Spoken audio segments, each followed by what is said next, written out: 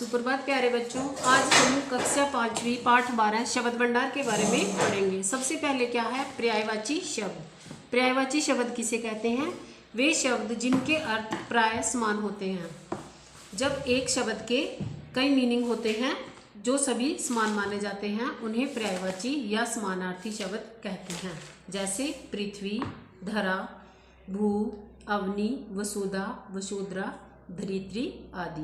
बिजली, विद्युत, चपला, चंचला, दामिनी। अब है हमारा विलोम शब्द। चित्रों को देख कर पढ़िए और समझिए। ये देखिए छोटा, ये जो मकान है यह छोटा है और यह बड़ा है। तो इसकी परिभाषा क्या बनती है? जो शब्द एक दूसरे के विपरीत अर्थ प्रकट करते हैं, जैसे गोरा, काला, ठोस, तरल, उन्हें हम विलोम शब्द कहते हैं। अब है हमारा अनेक शब्दों के लिए एक शब्द। मछली जल में रहने वाली जीव है। यह मिट्टी के बर्तन बनाने वाला है।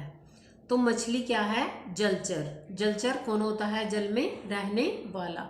तो हमारी इसकी परिभाषा क्या बनती है? भाषा को सुंदर व संक्षिप्त करने के लिए हम वाक्यांश या अनेक शब्दों का प्रयोग न करके एक शब्द में ही अपनी बात कह देते हैं। इसे ही अनेक शब्दों या वाक्यांशों के लिए शब्द कहा जाता है। अब है हमारा, देखिए, जिसका कोई आधार न हो निराधार, जो जानता न हो अनभिज्ञ। अब है जिसका कोई शत्रु न हो अजात शत्रु। जो बच्चे शब्द भंडार है आपका वो फर्स्ट टर्म में भी चलता है और सेकंड टर्म में भी। फर्स्ट टर्म में आप यहाँ तक कर चुके हो जो पर्यायवाची शब्द हैं 1 से 10 तक। तो अब हम सेकंड टर्म में करेंगे 11 से 20 तक, जो कि हमारे पवन से इंद्र तक बनते हैं। विलोम शब्द भी हम ऐसे ही करेंगे, सरल से लेकर हास्य, रुदन तक। अनेक शब्दों के लिए एक शब्द भी आपकी जो बुक है उसमें 2 लाइन है, आपने ऐसे ही करने हैं। पहले वाली लाइन हम फर्स्ट टर्म में कर चुके हैं। अब हम करेंगे गाँव में रहने वाला, ग्रामीण से लेकर महीने में एक बार होने वाला मासिक तक। अब है हमारा समश्रुति बिनार्थक शब्द। ऐसे शब्द जो सुनने में हमें समान प्रतीत होते हैं किंतु उनके अंदर भिन्नता पाई जाती है, अर्थात वे अलग होते हैं। वे शब्द जो उच्चारण में लगभग समान प्रतीत होते हैं किंतु उनके अर्थ में भिन्नता होती है, उन्हें समश्रुति बिनार्थक शब्द कहते हैं। जैसे अन्न, अनाज, अन्य, दूसरा, अनल, आग, अनिल, वायु। जब छोटी की मात्रा लगती है तो वह अनल से अनिल हो जाता है और उसका मीनिंग आग नहीं रहता, वायु बन जाता है। अब है शब्द भंडार चैप्टर से हमने क्या सीखा? सबसे पहले हमारा था पर्यायवाची शब्द।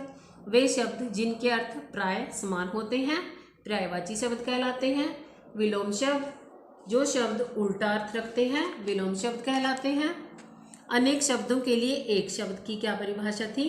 भाषा को सुंदर व संक्षिप्त करने के लिए हम वाक्यांश या अनेक शब्दों का प्रयोग न करके एक शब्द में ही अपनी बात कह देते हैं। एक शब्द के माध्यम से ही हम अपनी बात को स्पष्ट करते हैं, उसे वाक्यांश के लिए एक शब्द कहते हैं। आगे था समश्रुति बिनार्थक शब्द। वे शब्द जो उच्चारण में लगभग समान प्रतीत होते हैं। जब आप उनका उच्चारण करते हो, जब आप उनको बोलते हो, तब आपको उनका जो है उच्चारण वो सेम लगता है, परंतु वे सेम नहीं होते, अर्थात उनके अंदर भिन्नता पाई जाती है। उन्हें समश्रुति बिनार्थक शब्द कहते हैं। तो आपने सेकंड टर्म का जो है आपका सिलेबस ये शब्द भंडार पाठ का याद करना है।